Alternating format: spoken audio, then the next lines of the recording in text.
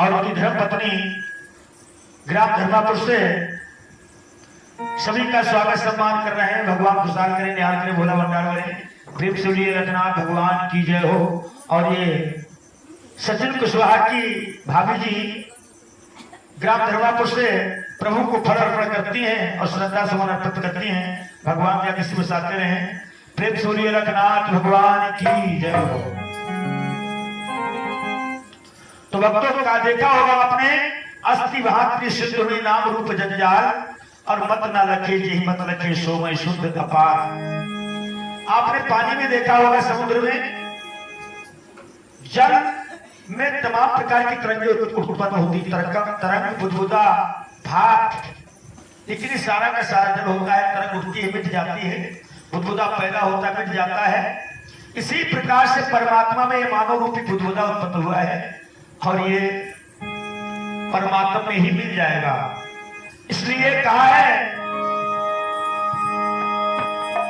क्या लायो माटी में मिल जाएगा माटी में, क्या लायो माटी में मिल जाएगा माटी में, काया तेरी कस जाएगी काठी में, एक दिन काया तेरी कस जाएगी काठी में। नाम बता दे भाई। हाँ, और बहन नाम बताओ।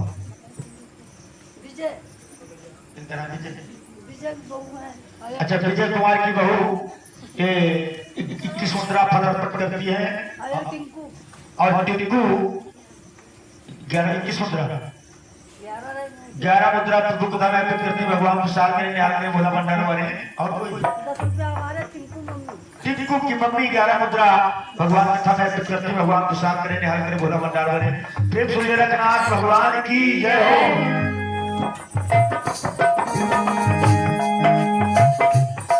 नाम बताते हो।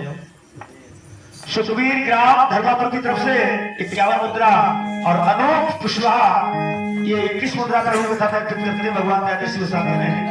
और ये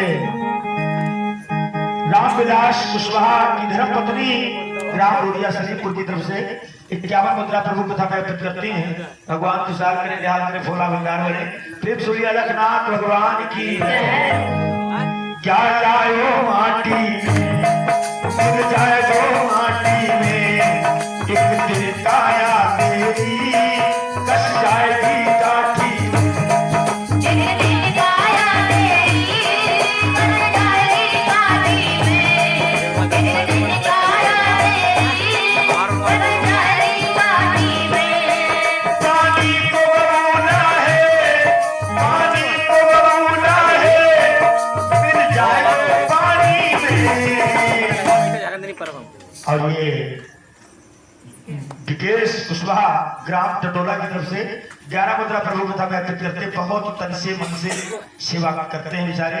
परमात्मा अपनी दया कृपा बरसाते रहे, अपनी परम भक्ति प्रदान करें। प्रेम सूर्य रघुनाथ भगवान की जय हो। और ये लाल बहादुर कुशवाहा की माता जी ग्राम गोहाय से 21 मुद्रा प्रभु कथा में अर्पित करती हैं। और ये बिट्टू कुशवाहा 21 मुद्रा उल्टे तो ना भूल गए। चलो कोई बात नहीं, एक ही बात। प्रेम सूर्य रघुनाथ भगवान की जय हो। पानी को बबूला है मिल जाए गो पानी में, तू डूब के मर जा रे चुल्लू भर पानी में।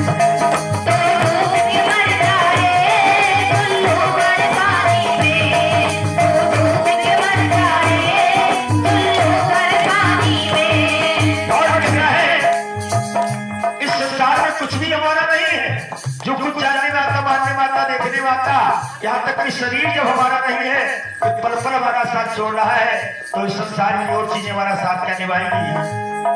तू करता मेरा मेरा यहाँ कुछ भी नहीं है तेरा, क्यों करता मेरा मेरा यहाँ कुछ भी नहीं है तेरा। बिल्कुल होगा भैया तेरा हमारे घर में तेरा, एक दिन होगा भैया तेरा हर घर में तेरा। कुछ कमाएंगे रे कुछ कमाएंगे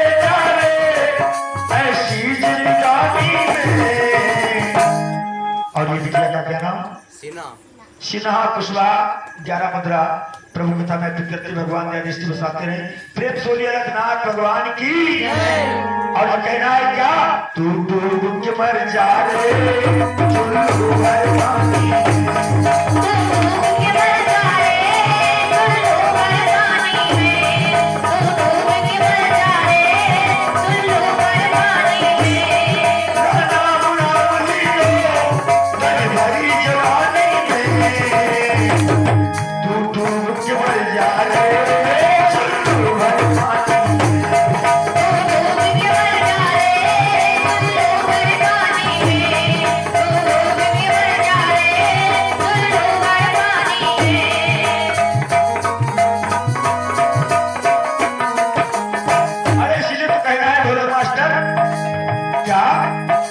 सच्ची भक्ति है, भक्ति में शक्ति है,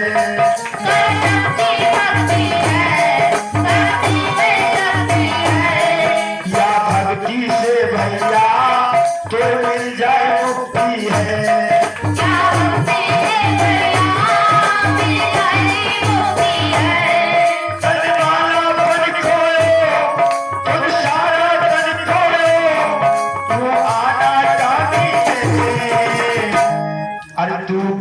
के मर जा रे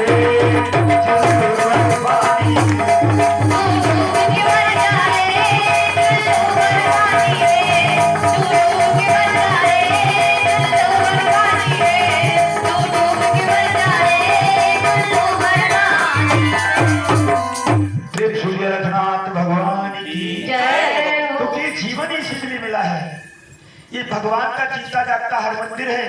जो हमने अपने मंदिर बनाए हैं वो जड़ है, वो हमारी भावनाओं के मंदिर हैं, लेकिन ये परमात्मा का जीता जागता हर मंदिर है। इसके वजह से परमात्मा बोल रहा है, तो ऐसे गुरु की तलाश करो जल्दी, ये काम कर पर नहीं छोड़ना आज। और मैं तो अगर कोई मुझसे राय ले तो मैं सच बताता हूँ कि आप पानी भी तब पियो जब गुरु की तलाश हो जाए, क्योंकि एक कृपाल सिंह जी महाराज संत हुए हैं, हमारे गुरु के दादा गुरु, हमारे गुरु के दादा गुरु कृपाल सिंह जी महाराज थे। तो वो पढ़ाई करने जाया करते थे, पढ़ते थे, और पढ़ाई जब उनकी पूरी हुई तो वो घर पर आए। एक दिन उनकी दादी माँ खत्म हो गई, दादी माँ खत्म हुई तो उनके जीवन में पहली बार कोई खत्म हुआ था उनकी नजर के सामने। तो जब आए तो मास्टर मतलब स्कूल से बुला लिया, कृपाल को बुला लाओ क्योंकि दादी की तबीयत बहुत खराब है।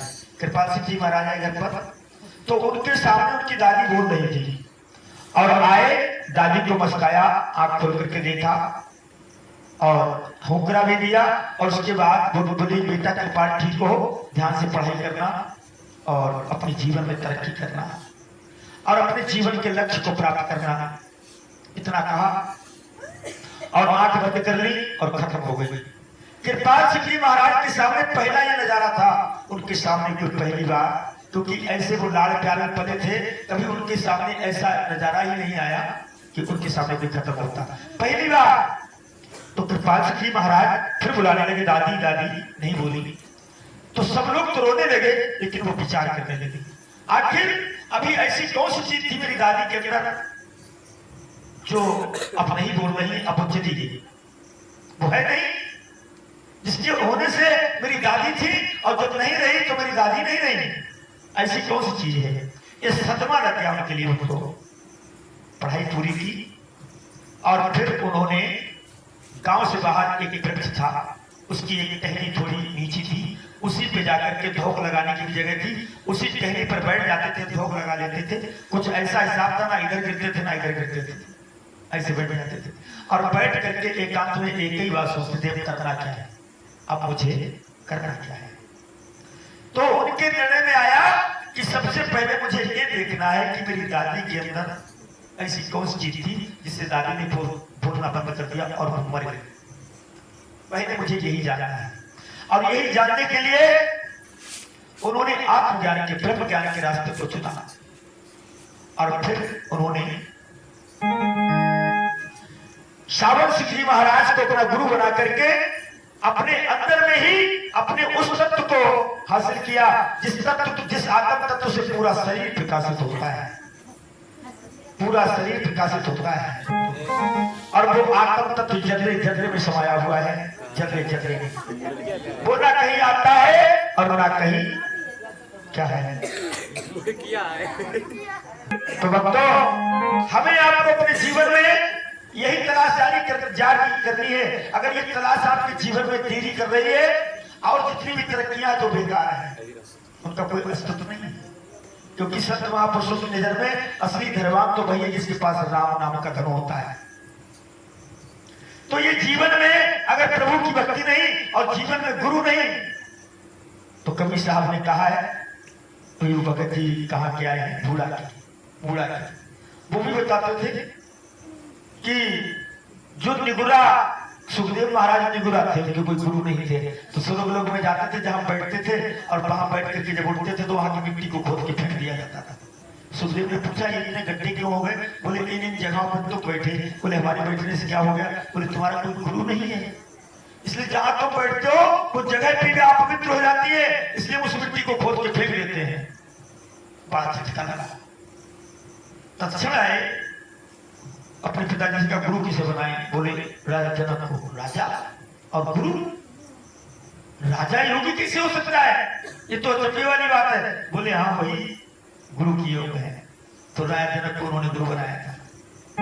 भक्तों, इसलिए कहा जिसके पास गुरु है मानव जीवन में, हकीकत में मानव कहलाने का अधिकारी वही है, वरना आपको मानव का तन मिल गया है। वेद कहता है, ऐसाम विद्या तपो न दानम ज्ञानम न शीलम गुणो न धर्मा ते मृत्यु लोके भूभार भूता मनुष्य रूपेण मृगाश्चरति। वो मनुष्य के रूप में जानवर है, ऐसा वेदों ने कहा है। मुंह ये हो सकता है लेकिन बात मेरी नहीं है, कहीं मुझसे बुराई मान जाओ, ये वेदों की बात है। वेद कहते हैं, मानव जीवन में अगर आपने प्रभु की भक्ति नहीं की, गुरु की तलाश नहीं की, अपने निज रूप को प्राप्त नहीं किया, जीते जी मरने की कला को नहीं जाना कि मैं कौन हूं, मैं कौन। हमारे हिंदू समाज में सबसे सिरमौर ग्रंथ 4 हैं, अथर्ववेद, यजुर्वेद, सामवेद, ऋग्वेद। और चारों वेदों का महावाक्य क्या है? अयम आत्मा ब्रह्म, ये आत्मा ब्रह्म है। हम ब्रह्मस्मि, मैं ब्रह्म हूं। प्रज्ञानम ब्रह्म, जो हमारे आपके तो जानने वाला है, यही परमात्मा है। तत्त्वमसि, वो तुम हो और तुम अपने आप को ही भूले पड़े हो। और तुमने अपने आप को बना दिया पुजारी, भिखारी, कमजोर, दुर्बल, दीनहीन, पैदा होने वाला, मरने वाला, और चौराहे वाली देवी मैया को पूजना शुरू कर दिया। वाह, भगवान कौन से बनाए? जिनसे आज तक मुलाकात ही नहीं हुई, और उनके बारे में अगर कोई कुछ कह दे तो लोग लड़ने को तैयार हो जाते हैं। अरे तो मानते ना किसी देवी देवता को, ऐसी बात नहीं भैया। हम कह रहे जितने देवी देवताओं को तुम मानते हो उनसे और ज्यादा पैदा कर लो, उनको भी मानो, हमें कोई दिक्कत नहीं, हम भी साथ देंगे। अगर हम मानते नहीं तो हवन क्यों करते हैं, अनुष्ठान क्यों करते हैं, जागरण क्यों करते हैं, सब कुछ करते हैं और खूब पूजन अर्चन बंधन करते हैं, खूब प्रसाद चढ़ाते हैं, सारे नियम विधानों को भी जानते हैं, कौन देवता की कैसे पूजा होगी, वो सारे अनुष्ठान जानते हैं और करते हैं। लेकिन इन सबको करने से पहले खुद को जान लो कि मैं कौन हूं, उसके बाद करो पूजा, कोई दिक्कत नहीं है। सबका सम्मान करो, सबके सम्मान करने में कोई बुराई नहीं है, लेकिन अपना ही वजूद खत्म कर दो तो क्या फायदा है। तो जिसने अपने आप से मुलाकात कर ली, सब कुछ जहां पर उसने बहुत बड़ी बात कर दी। तो ये मौका मिला है, इसलिए जीवन में एक शिष्य ने गुरुजी से पूछा, गुरुजी एक बात बताओ। बोले क्या है? बोले दुनिया में सबसे बड़ा पाप क्या है, सबसे बड़ा, और सबसे बड़ा पुण्य क्या है, सबसे बड़ा पाप क्या है और सबसे बड़ा शुभ कर्म क्या है और सबसे बड़ा दुष्कर्म क्या है।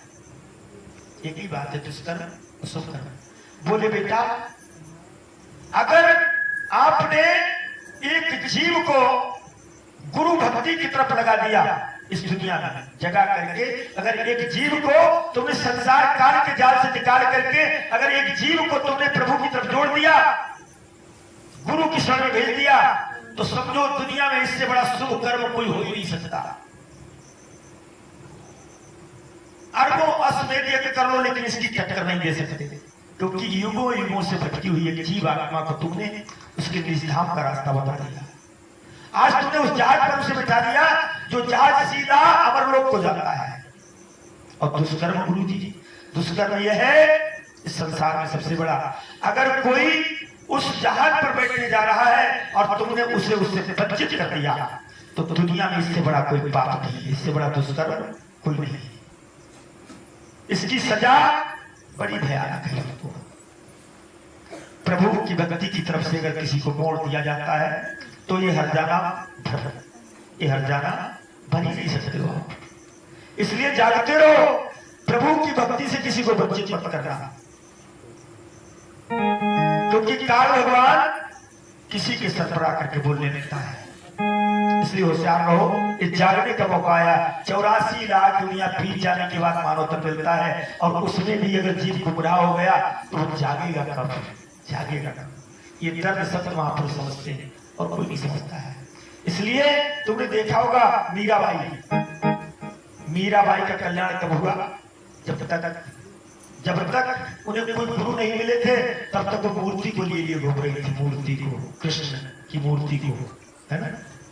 लेकिन जब रविदास गुरु मिले तो रविदास ने बताया, अरे ये तो बोलती भी नहीं है, ये तो तुमसे बात भी नहीं करती है, ये तो कुछ खाती भी नहीं है, पीती भी नहीं है, मैं तुम्हें सच्चे कृष्ण से मिला दूं तो? अरे बोली से बढ़िया, क्या बात है, बोली से बोले नहीं मैं नहीं रखूंगी, ये तो मेरे पति हैं, मेरे प्राण है, मेरे सब कुछ है। बोले ठीक है, इनको पास में तो रख सकती हो, आप पास में रख लिया। बोले चलो अंदर चलते हैं।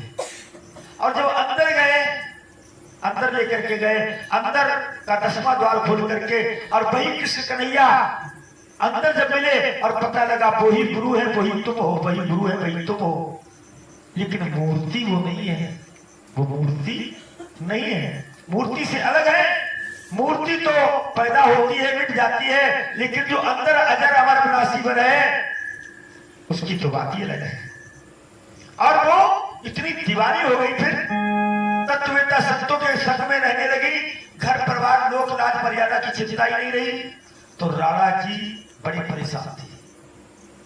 गांव वालों ने कहा तुम्हारी बहू इधर उधर घूमती रहती है, गली गली में नाचती रहती है, संतों के संग में बैठती है, बिल्कुल लोक लाज मान मर्यादा भी नहीं है, इतनी बड़ी बदनामी। राणा जी ने सताना शुरू कर दिया। तो मीराबाई में बहुत परेशान हो गई, कहने लगी सुनो राणा, अरे मेरी वृंदावन ससुराल संभाल राणा तेरी नगरी, मेरी वृंदावन ससुराल संभाल राणा तेरी नगरी।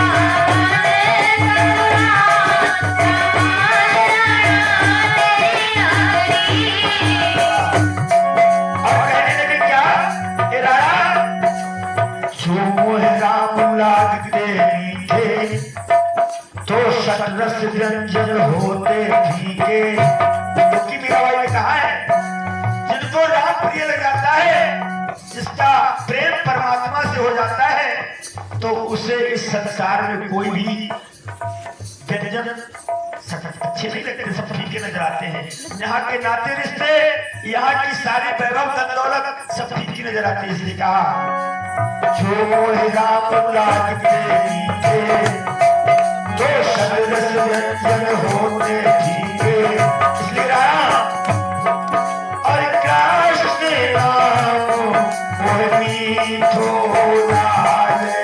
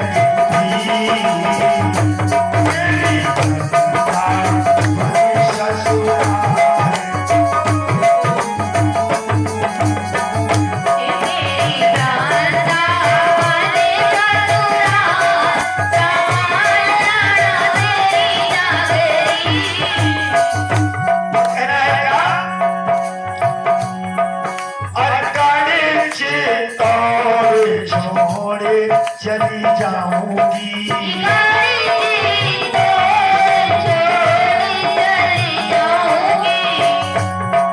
और पूछ गले में कृष्ण कृष्ण गाऊंगी।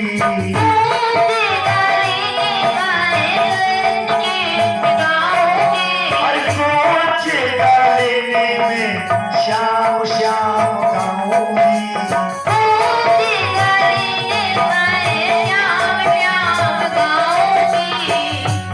जहाँ भगतन की भरमार, जहाँ भगतन की भरमार, समान गाना तेरी लगी।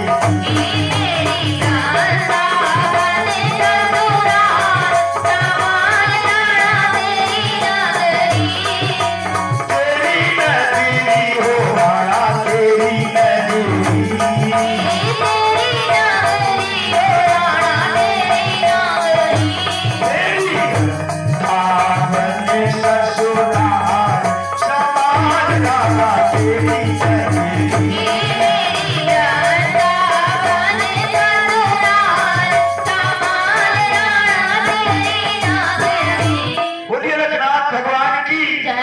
सच्ची सरकार की जय। आइए भक्तों लेकर चलते हैं आपको प्रभु की पावन कथा की तरफ।